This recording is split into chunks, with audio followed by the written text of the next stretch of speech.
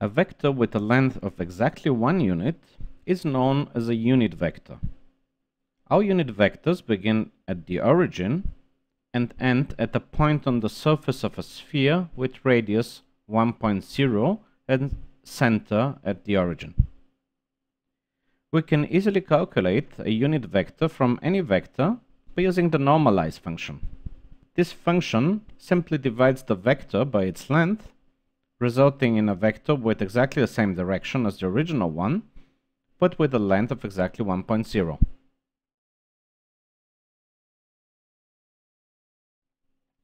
For example, let's create a vector with coordinates 10, 20, 30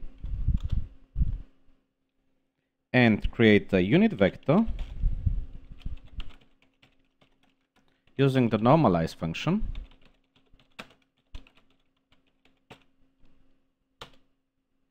and then another unit vector by dividing the vector itself through the length of that same vector. Now we can ask about the length of each of the two, and as expected, both will show a length of 1.0. This leads us to a very nice quality of unit vectors. We can multiply a unit vector with a scalar to create a new vector with the same direction but with the length specified by the scalar. Since we can create a unit vector from any other vector using the normalize method, we can thus create a vector of a desired length from any other vector.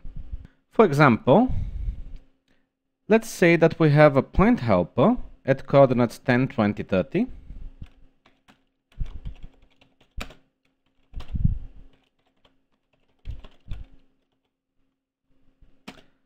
We'll name this new point helper ref point.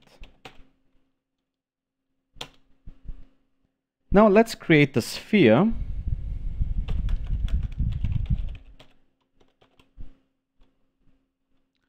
and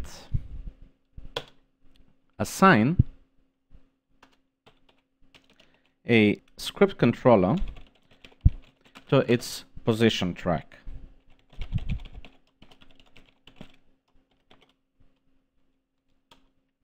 We can assign a new script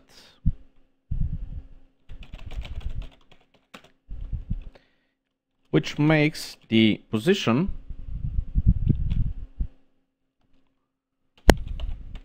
of the sphere dependent on the position controller of our reference point, and then sets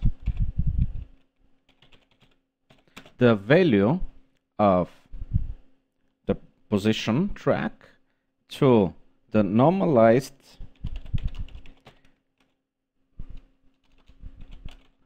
position of the reference point multiplied by 100. Just for visual reference, let's create another sphere, a geosphere with radius of exactly 100 and X-ray set to true. This geosphere represents all points at distance of 100 units from the world coordinate system origin. Now at this point, if we start moving our helper, the geosphere describing the distance of 100 units shows us that our sphere is residing exactly at that distance from the origin. We can of course ask the sphere for the length of its position,